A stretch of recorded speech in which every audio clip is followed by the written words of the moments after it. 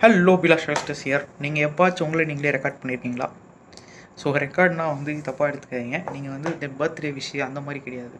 அதாவது ஜென்ரலாக சும்மா ரேண்டமாக ஏதோ ஒன்று பேசி அந்த மாதிரி உங்களை ரெக்கார்ட் பண்ணியிருக்கீங்களா? உங்களுக்கு என்ன பிடிக்கும் பிடிக்காது, உங்கள் லைஃப்பில் இப்போ கரண்ட்டாக என்ன பிரச்சனை இருக்குது, நீங்கள் எதை பார்த்து ரொம்ப பயப்படுறீங்க, நீங்கள் லைஃப்பில் என்ன அச்சீவ் பண்ண நினைக்கிறீங்க, உங்களுக்கு யார் ரொம்ப க்ளோஸாக இருக்கா, உங்களுக்கு என்னென்ன இன்செக்யூரிட்டிஸ்லாம் இருக்குது, உங்களுக்கு என்னென்ன ஆசையெல்லாம் இருக்குது, இந்த மாதிரி விஷயங்கள்லாம் ரெக்கார்ட் பண்ணியிருக்கீங்களா? அப்படி நீங்கள் பண்ணியிருந்தீங்கன்னா சொல்லுங்கள். பண்ணாதவங்க வந்து கண்டிப்பாக அதை ட்ரை பண்ணி பாருங்கள். நான் ஒரு 5 வருஷமாக வந்து இந்த மாதிரி நான் ரேண்டமாக இயர்லி ஒன்ஸ் வந்து இல்லை மல்டிபிள் டைம்ஸ் கூட நான் வந்து வீடியோ எடுத்துப்பேன். எடுத்துட்டு நானே சேவ் பண்ணி வச்சுப்பேன். யாருக்கும் அதை காட்டணும்லாம் அவசியம் கிடையாது. சோஷியல் மீடியாவில் போஸ்ட் பண்ணுறதுக்கோ யாருக்கோ ஷேர் பண்ணுறதுக்கு கிடையாது.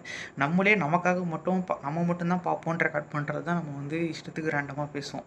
அப்படி பேசிவிட்டு நீங்கள் அதை வந்து ஒரு over the period of time இப்போ நீங்கள் சும்மா அப்படியே ஃபோனில் எடுத்துகிட்டு அப்படியே டிலீட் கூட பண்ணுறேங்க. எங்கேயா வேறு எங்கேயா செக்யூரான ஒரு இடத்துல வேறு ஏதாவது பிசிலையோ லேப்டாப்லேயோ போட்டு டிலீட் கூட பண்ணிடுங்க.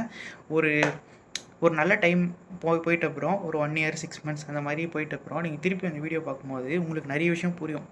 அதாவது அன்றைக்கி உங்கள் லைஃப் எப்படி இருந்துச்சு, இப்போ எப்படி இருக்குது, நீங்கள் எப்படி க்ரோ ஆகிருக்கீங்க, உங்களோட ஆசையெல்லாம் எப்படி மாறி இருக்குது, உங்கள் லைஃப்பில் இருக்க பீப்புளெலாம் எப்படி சேஞ்ச் ஆகிருக்காங்க, ஒரு பர்சனாக நீங்கள் எப்படி சேஞ்ச் ஆகிருக்கீங்கன்றது வந்து சூப்பராக வந்து நீங்கள் பார்க்கலாம். நீங்கள் டெய்லி வந்து யோசிக்கும் போது உங்களுக்கு வந்து நான் பெருசாக சேஞ்ச் ஆகலை, நான் பெருசாக க்ரோ ஆகலை, அந்த மாதிரி வந்து உங்களுக்கு தாட்ஸ் தெரியும்.